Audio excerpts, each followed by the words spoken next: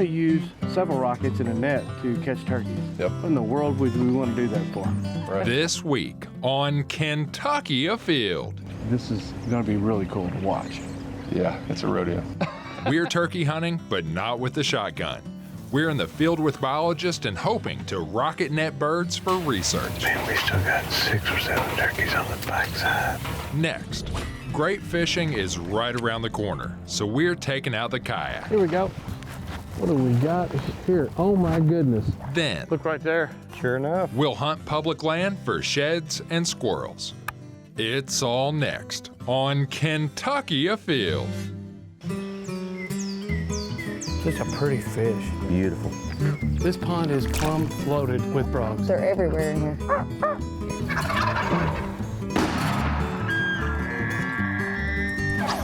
Yeah, this is a good fish right here. Really good fish. Come here, girl. Yeah, boy. That's a big rabbit. Nice job. Yes! Yes! My first muskie. Mercy Leo! Yeah, look at it. It's a keeper. There it goes. Boom! Wow, that happened fast.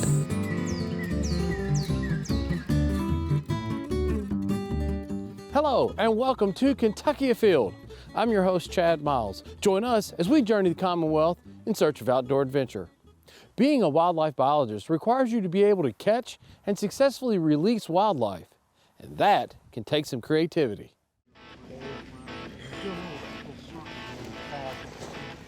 I got you.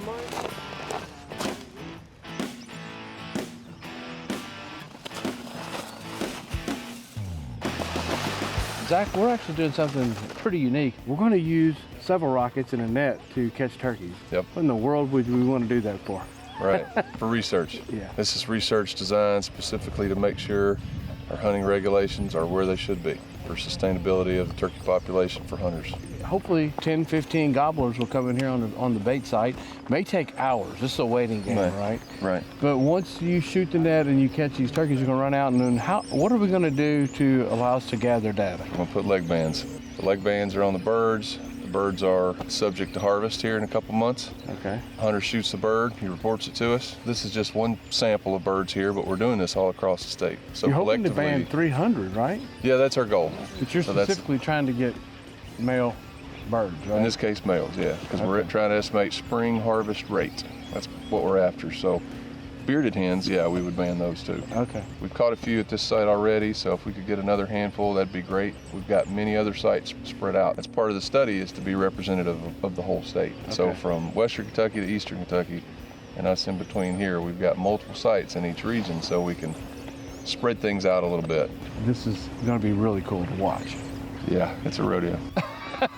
Sure. All right, well, I guess it's about time for us to get back into our locations and get ready to go. All right, good deal.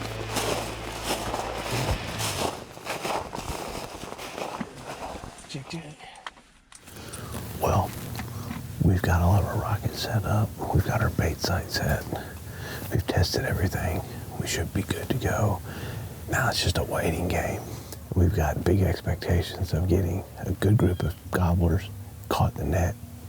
Hopefully it doesn't take too long. But when it happens and that boom takes place and that net goes out, it's going to be a mad dash from everybody around to get out there and to try to hold these turkeys down, get them secured, get them banded, and get them released back in the wild.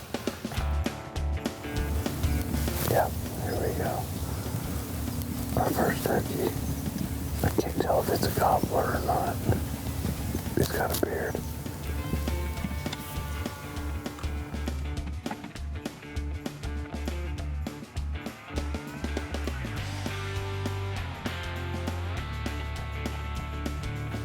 Well, the turkey that came in has now made its way off all the way far into the field.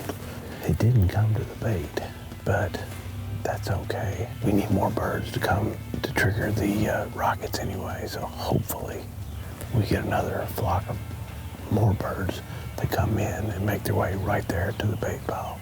It's still early, barely after 9.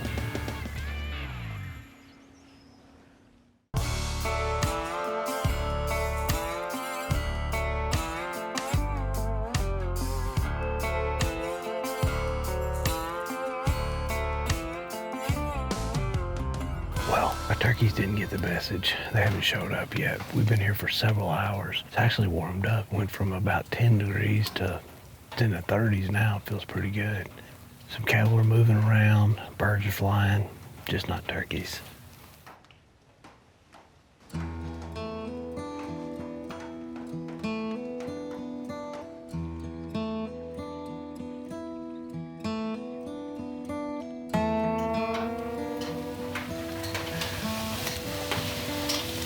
We got turkeys on both sides. Oh my goodness. Man, we still got 6 or 7 turkeys on the back side. Here they come. Are they gonna come in or no?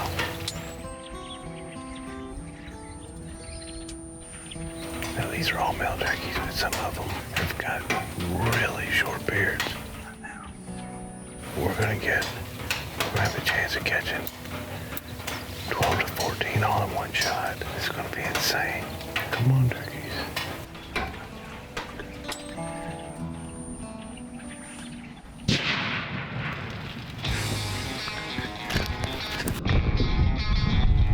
Let's go.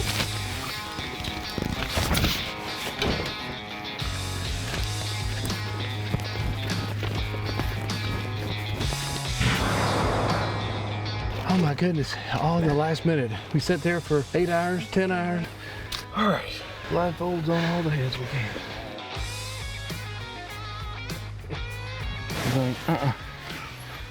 I think we got 11 male turkeys on the ground right now.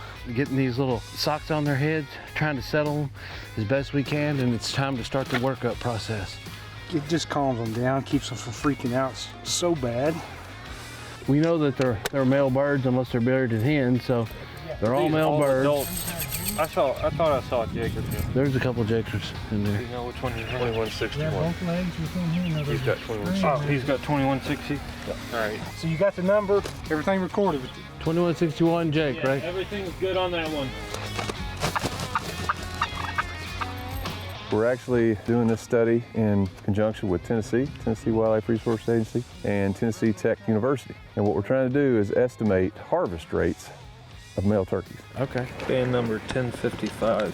1055. We know from telecheck how many legally hunters harvest. What does that mean? So this is kind of a percentage thing. Plus we'll be able to look at survival of the birds. Got him, so I'm taking his. Hold on to him a little longer. The only way you can do that effectively is you have to disperse the number of birds you're taking across the state, because certain areas have higher hunting pressure and higher population of birds. Different habitats, different landscapes. Kentucky's very diverse east to west. So we're doing it across the state. Both public and private lands? Yep, for sure. Okay. Today we're on a private land property. Yep. But you also had some people today at Clay WMA, right? That's right, yep. They caught 5 birds right before we did these. So Okay. How many years is this project going to go on? it's a 4-year project. This is the first one. You can just set him down. Don't keep hanging on to him. Well, you told me to hold on him longer a while ago. I noticed some of these are, silver and some of them are green. Tell me about the green ones. Yeah, every 4th one is green. They are reward bands. Oh, okay. Purpose of the reward bands is to help us estimate harvest rate of the non-reward bands. Gotcha. They've done this type of work a long time in waterfowl world. Some type of financial or prize award if whoever turns in one of these. $75, yeah. And $75, we've got some okay. really good cooperation there. We have the Kentucky Fish and Wildlife Foundation. Okay. Would be contacting the hunters. And the funds for that are donated by the Kentucky chapter of the National Wild Turkey Federation. Okay. So okay. multiple partners helping out. So hey, if you're out and hunting and you come across a turkey that's got a band on it like this, make sure you report it. Get all the information back to the agency, but the turkey is theirs to keep, the band is theirs to keep, and hey, Absolutely. I've never killed a banded turkey, have you? Nope. There's not been many banded birds since George Wright years and years ago when turkeys were still being restored. And if you're lucky enough to get a green one, then there's actually a financial incentive as well. That's right. All right. Hey, thank you so much. I appreciate your time. Yes, sir.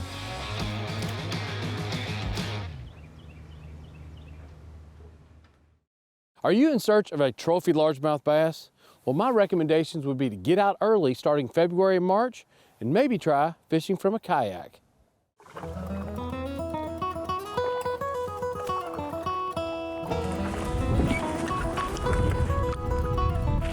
Oh my gosh, I feel like a kid in a candy store. I am so sick of cold weather and ice storms. So March and April just happens to be the perfect month to come out and catch pre-spawn largemouth bass.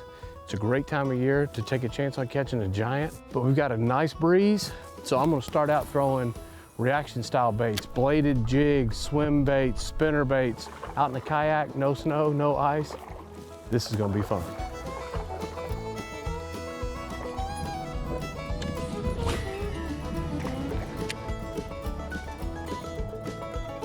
Here we go. What do we got here? Oh my goodness. Oh my goodness. Oh my goodness. Oh my goodness. Oh my gosh, my first bass out of this pond. My first bass out of this pond has got to be 7.5 pounds or better. Oh my gosh, look at that. Very, very first bite. We're going to the shallow water. I think there's gonna be a lot of bass down here. I don't think there's a lot this size, but I hope there is. Check this fish out. I mean, way more than my whole hand in its mouth there. I do have a scale. I almost gotta know what this thing weighs.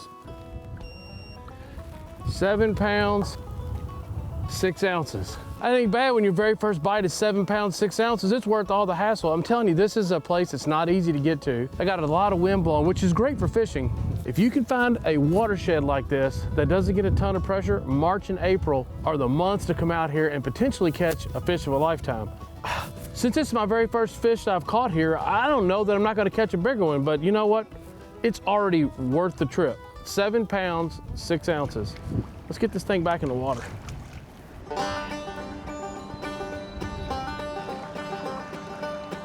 Man, we've only got 3 feet of water right here. That's why it's a really good idea if you can to bring a depth finder. I mean, you could always try to check it this way, but I know I've got 3 feet of water and the temperature keeps rising. Now we're almost at 54. There we go. Looky there. Beautiful 2-pounder here. This one hit a spinner bait up here in this shallow water. Now there's a mud line right here in front of me. Right on the other side of it, it looks like it gets about another 6-8 inches deeper, and that's where this fish was setting. So that mud line makes its way around. I don't have a big area there, but I got a feeling there may be more.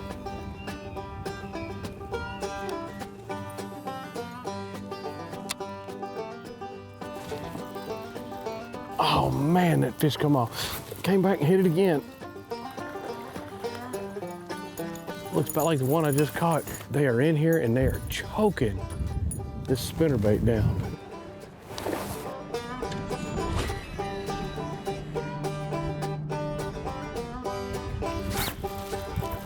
Here we go. It's a little better fish here.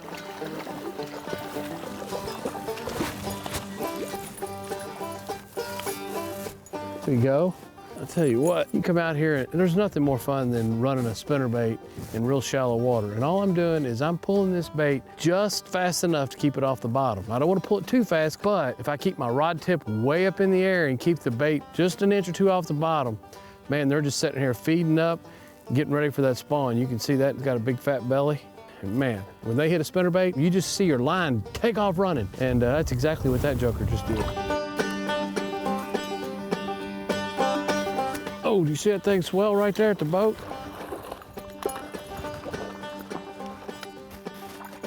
That thing tried to get in the kayak with me. It literally was 4 feet from the boat when he hit. I'll tell you what, shallow water, early March, April, spinnerbait fishing, it doesn't get much more fun than this right there.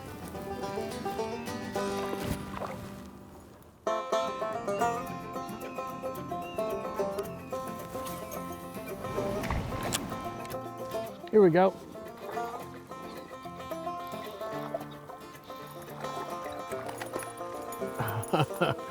Another about a 2-pounder here on this spinnerbait. Here we go. Oh, I lost him right there. There, oh, there he is. Oh, it's a little bitty one. I'll tell you what, if you know of a watershed that is shallow and is really, really hard to fish in the summer, consider getting on it early in the year before that vegetation comes up. And a kayak is a great way to access a body of water like this. And man, I'll tell you what, if you want to catch really big fish, come out early. And I mean, starting in March, early March. And if you're in for numbers, then you might want to make it later on in April. But throwing a willow blade spinnerbait, a swim jig, a bladed jig, a swim bait, something that you can move slow in really shallow water is such a great way to target these fish, and it's a lot of fun.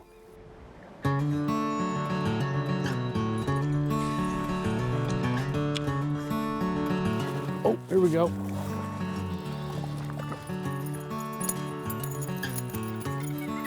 I'll tell you what, I've had a blast today. This is a watershed lake that was actually impounded in the 40s or 50s. And the reason for this impoundment was to make this land more fertile. They thought it would sit here for about 10, 15 years, drain out, and the land would be more fertile and be used for crops and actually for growing tobacco. Well, it never drained. And now here we are, literally 70, 80 years later, and this impoundment is fantastic for catching fish.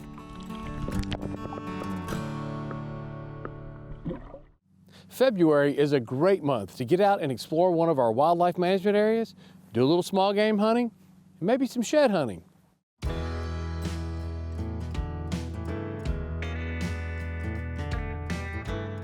Well, John, it's mid-February and it has finally quit raining. And I'm here today at Big Rivers WMA. There's a lot of opportunities other than just deer and turkey season to be outdoors here, isn't there? Absolutely. This is kind of traditionally a deer and turkey area. It's kind of our focus here, but you know, this time of year, it's great for guys to get out and shed hunt, plan some trips that may be coming up this spring or in the fall, and also other outdoor enthusiasts can get out and enjoy the area. You know, we're really pretty lucky here in Kentucky. We got nearly 2 million acres for outdoor recreation. It's for public access, either WMAs or public hunting areas.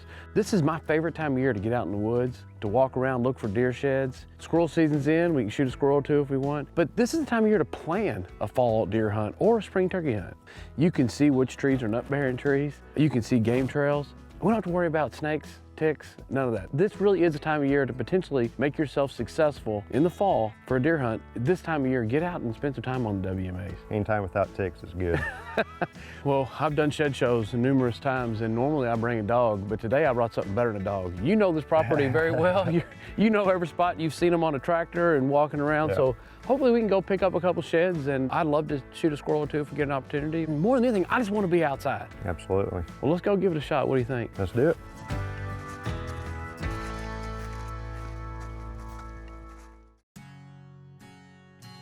You know, this area right here, this is a field that's got crops in it, and we've got remnants of corn. There's some pretty good trails coming right out of this thicket right here. You can pick them out and plan ahead from there, trying to figure out the pattern of these deer. You find you a patch of persimmon trees and you know the time of year that those usually come out, might be a good idea to mark that on a map, check it with your GPS and say, hey, I'm gonna be back here in the fall. Right. You know, deer antlers are so cool. Whenever they release the chemicals that tells their body to drop them, it happens really fast, doesn't it? Yeah, they can get into some pretty serious fights with other bucks with those antlers like that, and then they can just fall off this time of year. It is amazing.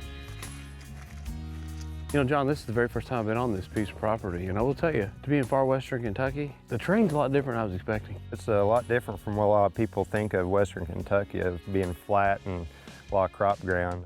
This property is over 60% forested, and as you can tell, we got plenty of terrain out here and lots of hills that people don't expect. It's very, very rolling. You know, we're right close to the Ohio River. It reminds me a lot of the terrain all up through the state, right on the Ohio River, which is different than it is just 3 or 4 miles in. Right.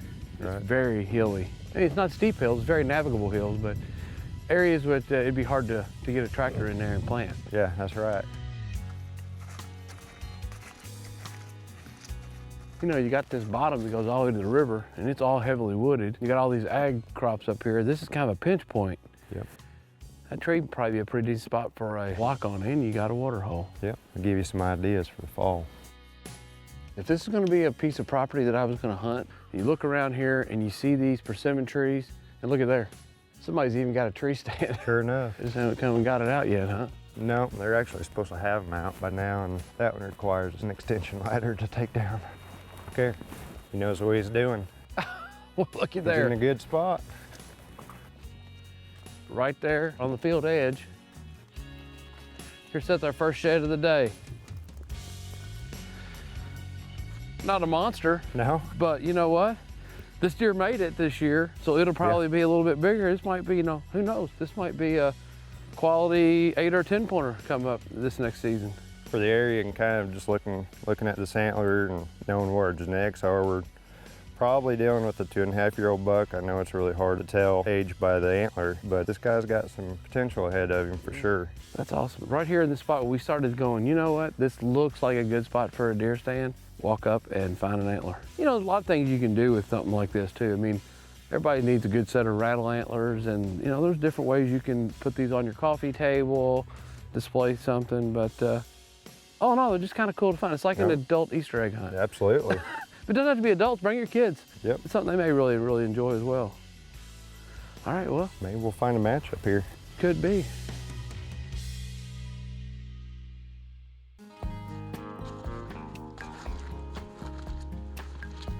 Let's cut through and walk this thicket edge here. These little thickets are usually hot spots around this crop field just at the transitioning of the deer coming to the fields. Look right there. Sure enough. I don't think that's the matching side either. Looky there. Let's see there. You go in an area that has similar genetics. These are very, very similar. I don't think it's the same, but pretty close, isn't it? It is. Could be brothers. Hey, There you go. got us a rattle set. Gotta be careful not to get your fingers, but very nice. Like I said, we didn't find a match pair, I don't think, but you know what? We just got started. That's right.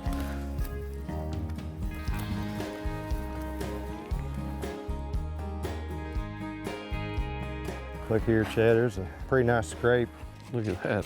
Got a nice trail coming out of this bottom, and probably a communal scrape. Fairly fresh ones too. Yep. That's typically what you see in these scrapes. You even got some deer tracks in there. Look at here. There's another scrape over there. So you've got a situation where the buck has been using this and been marking their area, and there's a good chance there could be another scrape right here in this area come next year. Absolutely. Uh-oh, hold on. I think I just saw a squirrel. Oh, right here, right here, right here.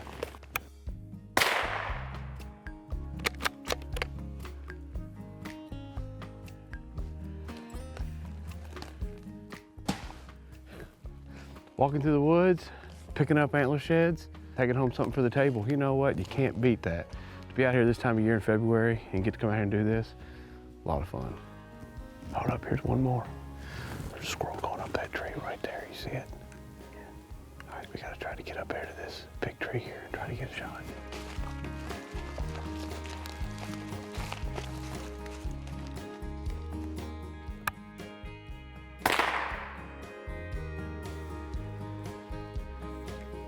Two sheds, two squirrels.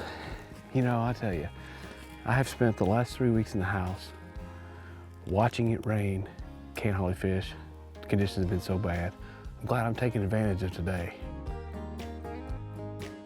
Well, I'll tell you what, for someone who's trying to manage over 7,500 acres, I know your time is valuable. I appreciate you taking us for a walk today and showcasing all the opportunities that are out here on this Big Rivers WMA. I'm always glad to show people what we're doing here and showing off this great area.